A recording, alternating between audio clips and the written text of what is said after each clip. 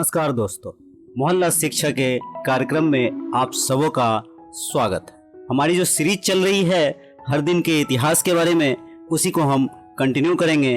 तो आज की जो पहली न्यूज है हमारे पास, आज 2 अगस्त है और 2020, तो 2 अगस्त 1763 1763 में मुर्शिदाबाद पर कब्जा करने के बाद ब्रिटिश सैनिकों ने एक बार फिर गिरिया की लड़ाई में मीर कासिम को हराया। ये बातें इंपॉर्टेंट होती है, ध्यान रखेंगे। चलते हैं नेक्स्ट न्यूज पे। 2 अगस्त 1790 2 अगस्त 1790 अमेरिका में पहली बार जनगणना हुई। अब सेंसस अगर आपको याद दिलाऊं तो भारत में सबसे पहले कब हुई? 1869 से 72 लॉर्ड मेयो के समय में। आपने हिस्ट्री में पढ़ा होगा, स्पेक्ट्रम के अंदर, इतिहास के अंदर, तो ये 1872 के आसपास हुआ था, लॉर्ड मेयो के समय में। अक्सर पूछता है, तो दोनों को मैंने कोरिलेट कर दिया। चलते हैं नेक्स्ट पॉइंट पे। 2 अगस्त 1857 की क्रांति, और उसके बाद क्या? 1858 ब्रिटिश सरकार ने गवर्नमेंट ऑफ इंडिया एक्ट पारित किया।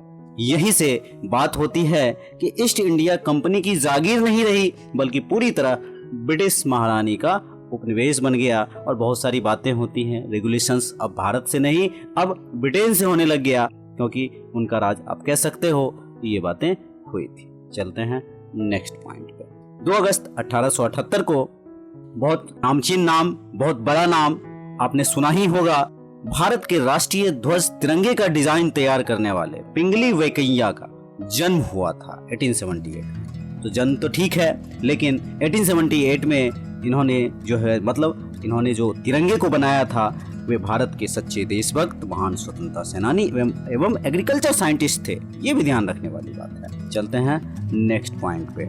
यहाँ पे इसी में एक और बात है, भारत के राष्ट्रीय ध्वज तिरंगे का डिजाइन बनाने वाले पिंगली वेंकैया के सम्मान में भारत सरकार ने उनके नाम पर डाक टिकट भी जारी किया। चलते हैं नेक्स्ट पॉइंट पे। 2 अगस्त 1935 1935 आपको याद आ जाना चाहिए किसकी बात कर रहा हूँ। 1935 का जो एक्ट है हमारा, उसी के बारे में। ब्रिटिश सरकार ने भारत सरकार अधिनियम पारित कर बर्मा और अदन को भारत से अलग किया।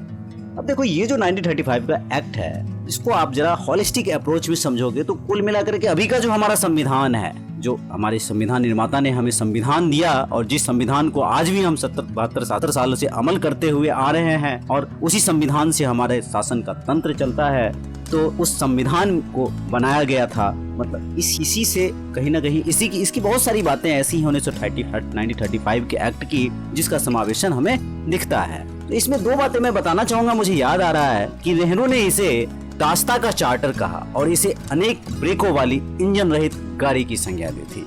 मतलब अनेक ब्रेकों वाली इंजन रहित गाड़ी की संज्ञा दी थी, बिना इंजन का गाड़ी। दूसरी बात जिन्ना ने कहा था, मुझे याद आ रहा है इसलिए बता रहा हूं मैं, पूर्णतया सड़ा हुआ मूल रूप से बुरा और बिल्कुल अस्वीकृत करार दिया। मतलब पूर्णतया सड़ा हुआ, मूल रूप से बुरा और बिल्कुल अस्वीकृत करार दिया 1935 के एक्ट के बारे में। ये बातें।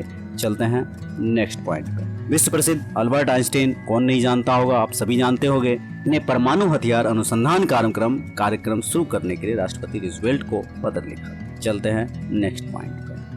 1987 में विश्वनाथन आनंद, आपने नाम जरूर सुना होगा, शतरंज के एक बहुत बड़े खिलाड़ी, विश्व जूनियर शतरंज चैंपियनशिप जीतने वाले ये पहले एशियाई बने। एशिया का पहला व्यक्ति यही बने। चलते हैं नेक्स्ट पॉइंट पर। नेक्स्ट पॉइंट की बात करें तो एकाधिकार विरोधी कानून के उल्लंघन के आरोप में चीन में health care company Johnson and Johnson पर 85, जॉनसन एंड जॉनसन जो आप लोग यूज करते हो बच्चे लोगों के लिए, उस पर 85,000 का जुर्माना लगाया गया। चलते हैं नेक्स्ट पॉइंट पे।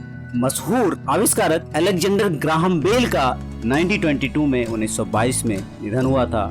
और आपको याद दिलाऊं तो 1876 में इनको पेटेंट मिला था, जो आज हम लोग फोन जो यूज करते हैं, जिससे सारा कुछ तो फोन पे ही हो रहा है। टेलीफोन का बड़ा रूप फोन आप कह सकते हो, क्योंकि फोन पे ही तो यूट्यूब वगैरह सब अब कहां से कहां आ गए हैं। तो ये 1876 में इनको पेटेंट मिला था।